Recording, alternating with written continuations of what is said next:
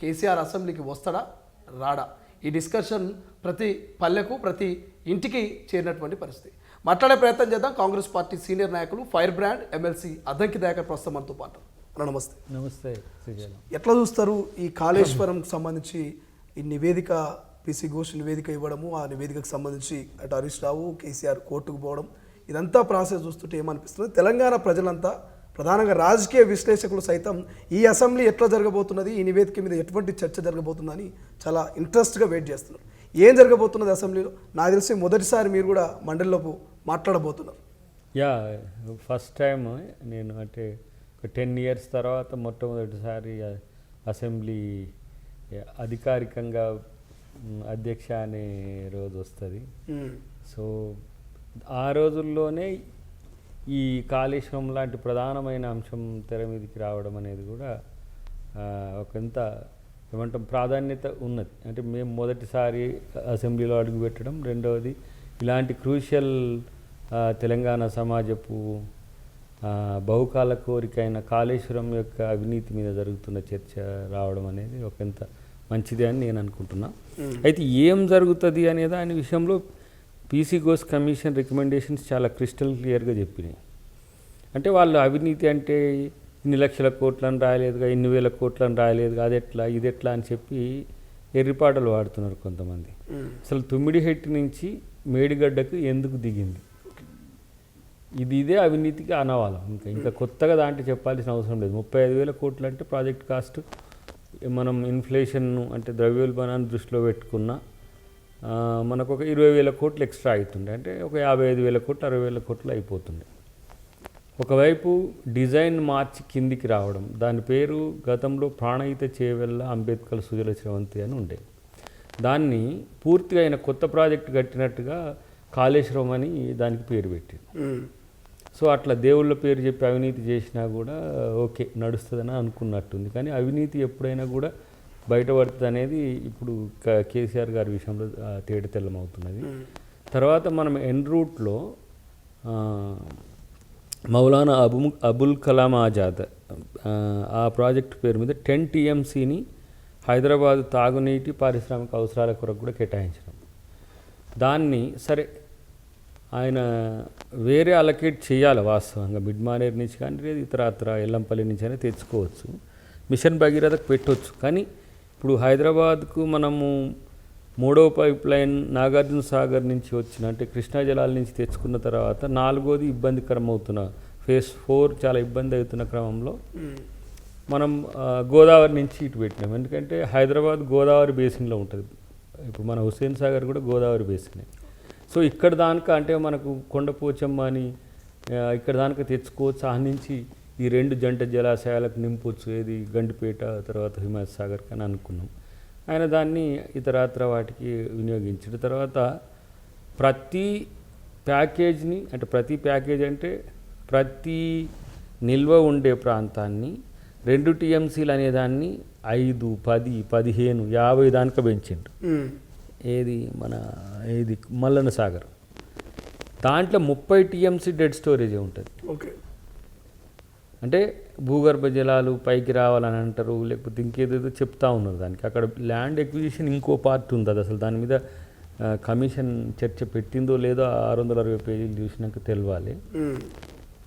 Land acquisition కూడా ప్రతి దగ్గర, ఒక దగ్గర 5,000 ఎకరాలు అయితే, ఒక దగ్గర 2,000 ఎకరాలు అయితే, ఒక దగ్గర 1,000 ఎకరాలు అయితే, అట్లా ఒక 15,000-16,000 ఎకరాల వరకు కూడా సేకరించింది మొత్తం ప్రాజెక్టు.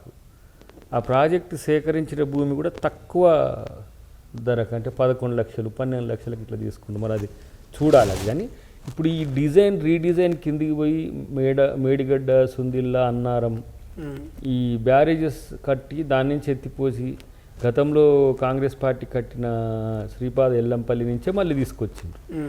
సో దీంట్లో మొత్తంగా జరిగింది. ఈ డిజైన్ మార్చడానికి కారణం ఎవరు అని అంటే నేను కాదంటే చివరికి అందరి మాటలు విన్న తర్వాత 111 మంది 116 మంది 19 మంది అమ్మో 119 నియోజకవర్గాల లెక్కనే అయిపోయిందా, 119 మంది తర్వాత ఒక కన్క్లూజన్కి వచ్చిండ్రు.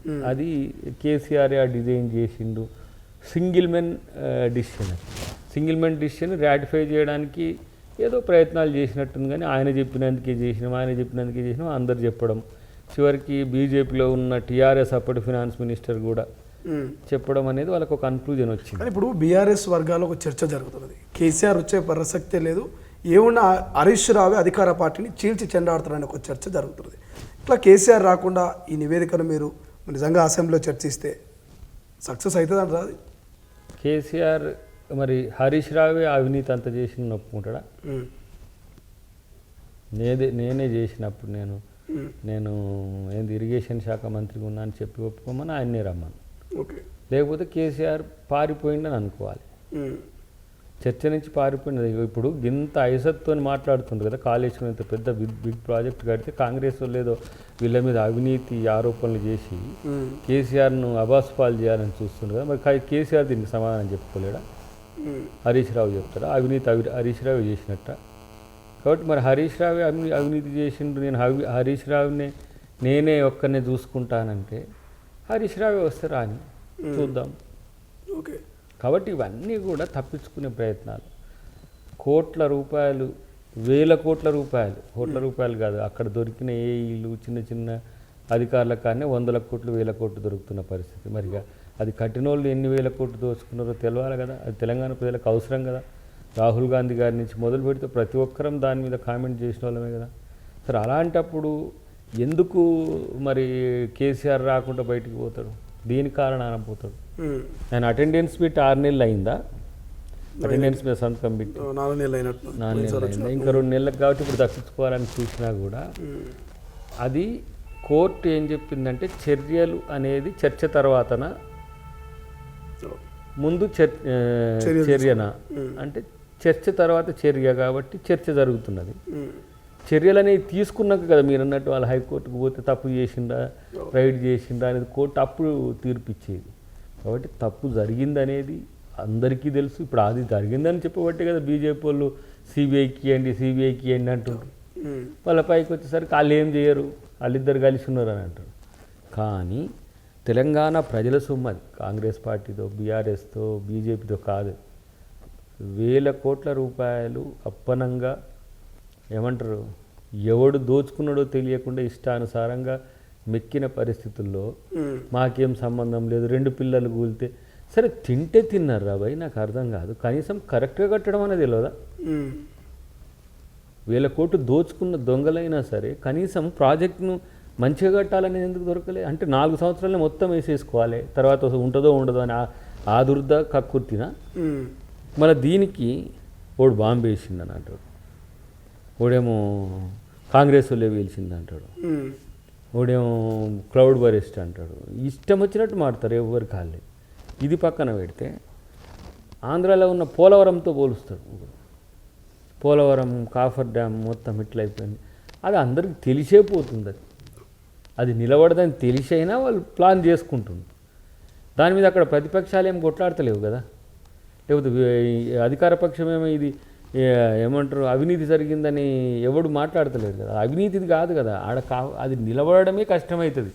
అది ఇప్పుడు కాదు, అది ఎప్పుడూ అంబేద్కరే చెప్పిండు. అది ఇప్పుడు మొదట్లో ఆయన తుంగభద్ర తర్వాత ఇంకో ప్రాజెక్ట్ కూడా దాన్ని కోఆర్డినేట్ చేస్తాడు ఆయన.